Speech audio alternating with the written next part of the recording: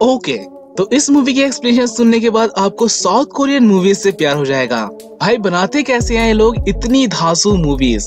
इस कहानी की थीम बेस है एक किलर पर जो अपनी सारी यादें भूल चुका है, बट जिस फैमिली को इसने मारा था उसका एक लास्ट सर्वाइवर एक टॉप क्लास प्लान बनाता है टू गेट हिज रिवेंज। कहानी की स्टार्टिंग में हमें एक फैमिली को दिखाया जाता है जो कि एक नए घर में शिफ्ट हो रही होती है और यहाँ पर हमें दो मेन कैरेक्टर्स जिन सेओक और यो सेओक को दिखाया जाता है।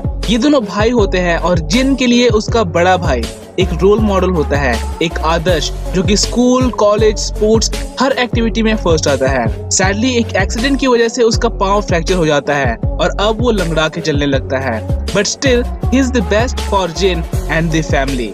जिन को एंजाइटी की प्रॉब्लम होती है, इसलिए वो मेडिसिन का यूज करता है to stay in control and healthy, और अगर कभी बात बिगड़ जाए तो उसका भाई तो है ही उसे कंट्रोल करने के लिए। जिस घर में ये शिफ्ट हुए होते हैं उस घर के हर रूम को एक्सेस करना इन्हें अलाउड होता है एक्सेप्ट वन रूम, क्योंकि उस रूम में पुराने ऑनर्स के कुछ सामान होते हैं और वो उस सामान को कुछ दिनों में ले जाने वाला होता है। अभी यहाँ पर आए इस घर में इन्हें सिर्फ एक ही दिन का टाइम हुआ होता है कि जिन को उस कमरे से कुछ आवाजें सुनाई देने लगती हैं, और जब वो उस रूम को ओपन करने जाता है तो यो सेओक उसे रोक देता है इंटेंशनली, और वो ऐसा क्यों करता है वो हमें आगे पता चलेगा। यहाँ पर यो सेओक जिन को डिस्ट्रैक्ट करते हुए घर से बाहर ले जाता है, बट वापस आते वक्त कुछ लोग उसे किडनैप कर लेते हैं और यहाँ पर थोड़ी सी संघर्ष हमें देखने को मिलती है और जिन अपने भाई को बचाने की कोशिश तक करता है, but it was no use. Somehow वो उस वैन की कलर और नंबर को याद करने में कामयाब हो जाता है, बट जब वो डिटेक्टिव को उस वैन के बारे में बताता है तो उनका कहना होता है कि इस नंबर की गाड़ी इस कंट्री में एग्जिस्ट नहीं करती, इवन की ब्लैक कलर की वैन उस कंट्री में एग्जिस्ट नहीं करती। और ये बात थोड़ी सी अजीब होती है जिसे सुनकर जिन काफी फ्रस्ट्रेट हो जाता है, क्योंकि एक तरह से डिटेक्टिव उसकी सारी बातों को झूठ बता रहे होते हैं। अब यहाँ पर उसके भाई की तलाश पूरे 19 दिन तक चलती है, बट यहाँ पर इन्हें फिरौती की कोई भी कॉल नहीं आती, और जब केस ठंडा पड़ने लगता है तो फाइनली उसका भाई वापस आ जाता है without any single damage, but also with no memories of past 19 days. और वहीं उसके वापस आते ही फिर से उस बंद दरवाजे से आवाजें आना शुरू हो जाती है, जिससे जिन को डर लगने लगता है। एक रात वो यो सेओक को घर से बाहर जाते हुए देखता है और इसी बात को वो अगली सुबह जब उससे पूछता है तो वो इस बात को मानने से ही डिनाई कर देता है। और जिन यहाँ पर एक बात को नोटिस करता है कि पहले वो लेफ्ट पैर से लंगड़ा के चलता था, बट अब वो राइट पैर से लंगड़ा के चलने लगा है, जो कि थोड़ा सा शॉकिंग होता है उसके लिए। और साथ ही जब वो घर से बाहर निकलता है तो हम उसे बिना लंगड़ा के चलते हुए देख पाते हैं। उसी रात जिन सेओक की पढ़ते पढ़ते आंख लग जाती है और यहाँ पर यो सेओक उसे मारने की कोशिश करता है, बट फिर भी वो उसे नहीं मारता और वो घर से बाहर चला जाता है। ऑन दी अदर हैंड जिन सेओक जाग रहा होता है, जो कि इसकी हरकत से काफी डर जाता है और उसे फॉलो करने लगता है। और वो एक जगह पर जाके ये नोटिस करता है कि जो लोग इनके घर में डिटेक्टिव बनकर आए थे वही सेम लोग उसे बॉस कह रहे होते हैं, और यो सेओक उन्हें फटकार लगा रहा होता है कि वो उन मामूली पुलिस ऑफिसर्स को भी नहीं रोक सकते। जिन सेओक जब उसको फॉलो करते हुए आगे जाता है तो ये लोग उसे देख लेते हैं और यहाँ पर हमें थोड़ी सी भागम दौड़ देखने को मिलती है, पर जिन सेओक उन दोनों को चकमा देते हुए एक जगह पर जाकर छुप जाता है, बट यो सेओक उसे बेहोश कर देता है। और जब जिन की आंख खुलती है तो वो अपने डेस्क पर होता है सेम कंडीशन में जैसे कि वो कल रात था।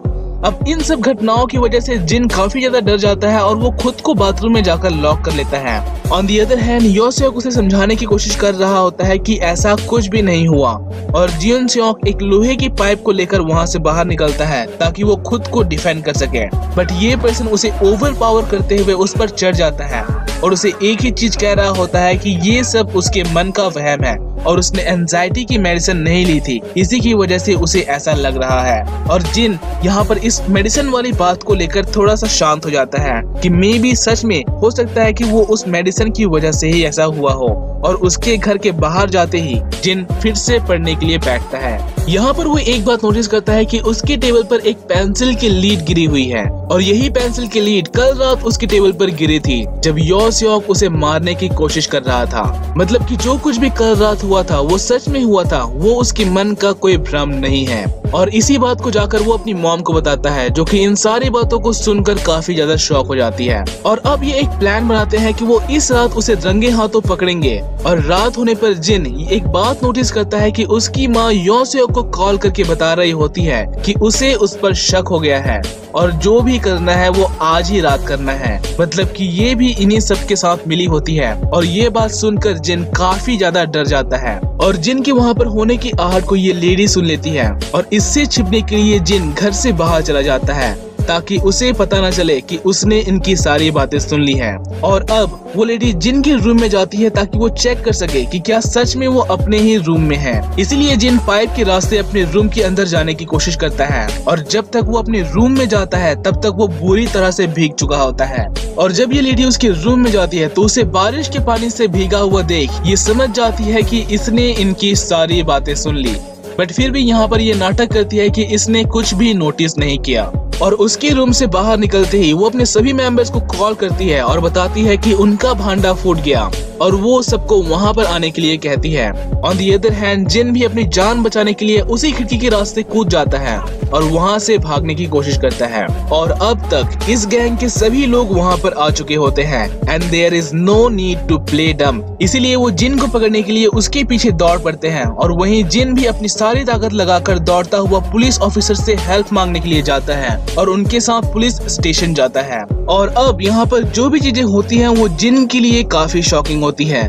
जिनको अब तक सिर्फ ये बात पता होती है कि वो ईयर 1997 में है, जबकि पुलिस उसे बताती है कि ये ईयर 2017 है। इवन कि जब वो न्यूज लगाकर देखता है तो वो ईयर 2017 ही होता है और जब वो अपना चेहरा आईने में देखता है तो वो कम्प्लीटली बदल जाता है into a 41 year old man. और अब इसे जानना होता है कि उसके लाइफ के साथ चल क्या रहा है। इसीलिए वो फिर से उसी घर में जाता है और सबको सामने आने के लिए कहता है विदाउट हाइडिंग एनीथिंग, ताकि इसे एग्जैक्टली पता चल सके कि उसके साथ हो क्या रहा है। और वहीं इन लोगों ने उस रूम का दरवाजा ओपन किया होता है जो कि इतने दिनों से बंद था और एक मैनीक्वीन को वहाँ पर लेटाया गया होता है with blood all over it, जिससे जिनको कुछ भी समझ में नहीं आता। और ये सब कहते हुए बाहर आते हैं कि इनका प्लान एक बार फिर से फेल हो गया। दरअसल ये सब के सब डिटेक्टिव होते हैं जो कि एक मर्डर मिस्ट्री केस की इन्वेस्टिगेशन कर रहे होते हैं जो कि 20 साल पहले हुई थी और 20 साल तक इन्हें कोई भी लीड नहीं मिलती। और जब फाइनली इन्हें वो क्रिमिनल मिलता है तो वो क्रिमिनल अपनी याददाश्त खो चुका होता है और वो क्रिमिनल होता है जिन सेओक। और वहीं इसकी याददाश्त को वापस लाने के लिए इसे हिप्नोटाइज कर 21 साल की मेंटल स्टेट में ले जाया जाता है और ये सब उसके फैमिली मेंबर बन उसी घर में इसे ले जाते हैं ताकि ये उस इंसिडेंट को, उस मर्डर को रिक्रिएट कर सके और इसकी याददाश्त को वापस ला सके।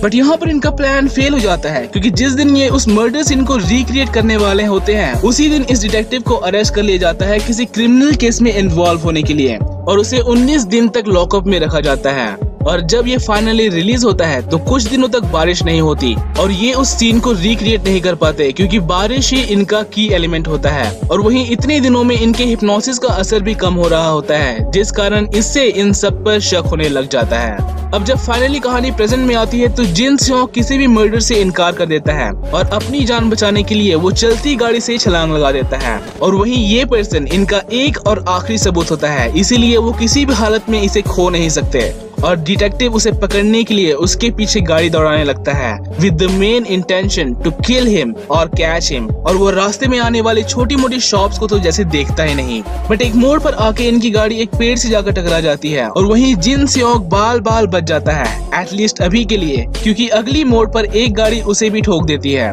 और इसकी आंख खुलती है आईसीयू के अंदर जिंदगी और मौत से लड़ते हुए। और अब हमें इसकी मेमोरी की कुछ फ्लैशबैक देखने को मिलती है और ईयर 1997 को दिखाया जाता है। जिन सेओक एक शांत वेल मैनर्ड पर्सन होता है जिसे नेचर काफी पसंद होता है, इसलिए ये सब के सब घूमने आए होते हैं। बट रिटर्निंग के टाइम इनकी कार की एक्सीडेंट हो जाती है और यहाँ पर इनके पेरेंट्स की ऑन द स्पॉट डेथ हो जाती है। ऑन दी अदर हैंड इसका भाई अपनी लाइफ की लास्ट स्टेज में होता है और डॉक्टर जिन को बताते हैं कि उसकी इमीडिएटली एक सर्जरी करनी होगी, नहीं तो उसे नहीं बचाया जा सकता। और वहीं न्यूज में यह बात चल रही होती है कि इकोनॉमिक डिप्रेशन चल रही है, मतलब कि करोड़ों लोग बेरोजगार हो रहे हैं। और वहीं जिन सेओक अपने भाई को बचाने के लिए हर किसी के सामने हाथ पैर जोड़ता है ताकि वो उसे काम दे दे, पर मिलती है तो सिर्फ ठोकर। वो हर दिन जॉब के लिए अप्लाई करता, ऑनलाइन ऑफलाइन, यहाँ तक कि बेचारे की भीख मांगने की हालत हो जाती है। बट फिर भी उसे कोई काम नहीं देता। और फाइनली एक दिन कोई पर्सन उसे ऑनलाइन मैसेज करता है कि वो उसे पैसे दे सकता है, बट इन रिटर्न उसे किसी को मारना होगा। वो पर्सन उसे फोन पर बताता है कि उसे एक एड्रेस पर जाकर एक लेडी को मारना होगा और उसे सारे इंस्ट्रक्शन देता है कि उसे कीज कहाँ से मिलेंगी और वो किस तरह से उस घर में एंटर करेगा, और साथ ही वो बताता है कि उसे किस तरह से उस लेडी को मारना है। बट उस इंसान का साफ साफ इंस्ट्रक्शन होता है कि वो बच्चों को हाथ नहीं लगाएगा। और जब ये उस घर के अंदर जाता है उसे मारने के लिए, तो वो खुद को मना नहीं पाता एक मासूम इंसान को मारने के लिए और वहाँ से जाने लगता है। बट तभी वो लेडी वहाँ पर आ जाती है और इसे देखकर काफी जोर से चिल्लाने लगती है।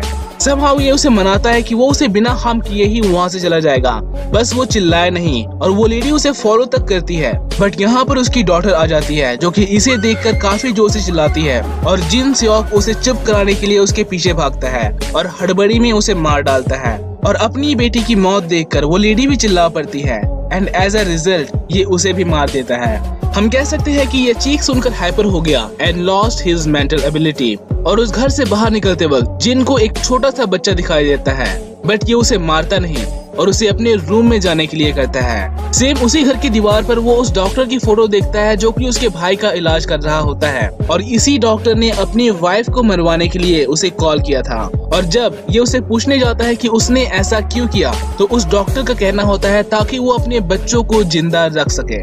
इकोनॉमिक डिप्रेशन की वजह से ये लोग भी हार्डली सरवाइव कर रहे होते हैं और अपनी वाइफ को मरवाकर वो उसके इंश्योरेंस के पैसों से अपनी फैमिली को जिंदा रखना चाहता था। बट यहाँ पर तो जिन ने उसकी बेटी को ही मार दिया होता है और उसकी मौत का बदला लेने के लिए वो डॉक्टर उसे मारने की कोशिश करता है, बट वो खुद उस छत से नीचे गिर जाता है। ऑन दी अदर हैंड इतने सारे लोगों की मरने की वजह से जिन अपनी मेंटल स्टेबिलिटी खो देता है एंड लूज हिज मेमोरीज। कहानी एक बार फिर से प्रेजेंट में आती है तो ये डिटेक्टिव जिन को मारने के लिए हॉस्पिटल में आया होता है, क्योंकि यही वो बच्चा होता है जिसे उस दिन उसने नहीं मारा था, और इसे अब आंसर चाहिए होते हैं कि इसने उसकी फैमिली को क्यों मारा। बट सिंस कि ये कुछ भी नहीं बता रहा होता, वो उसके ड्रिप्स में पॉइजन इंजेक्ट करने लगता है। बट अब फाइनली इसे सब कुछ याद आ चुका होता है और वो उस छोटे से बच्चे से माफी मांगने की बात कहता है, और इस बात को सुनकर वो डिटेक्टिव उसे नहीं मारता और उससे पूछता है कि उसने किसके कहने पर उन्हें मारा। और यहाँ पर हमें थोड़ी सी इमोशनल सीन देखने को मिलती है और जिन उससे झूठ बोलता है कि उसने खुद ही उन्हें मारा था, क्योंकि उसके डैड को वो एक नेगेटिव पर्सन नहीं बनाना चाहता, क्योंकि उस डॉक्टर ने एक तरह से उसकी हेल्प करने के लिए ही वो सब किया होता है। बट डिटेक्टिव यहाँ पर समझ जाता है कि उसके डैड के ही कहने पर उसने ऐसा किया होगा, क्योंकि इसने उस घर से कुछ भी नहीं चुराया होता।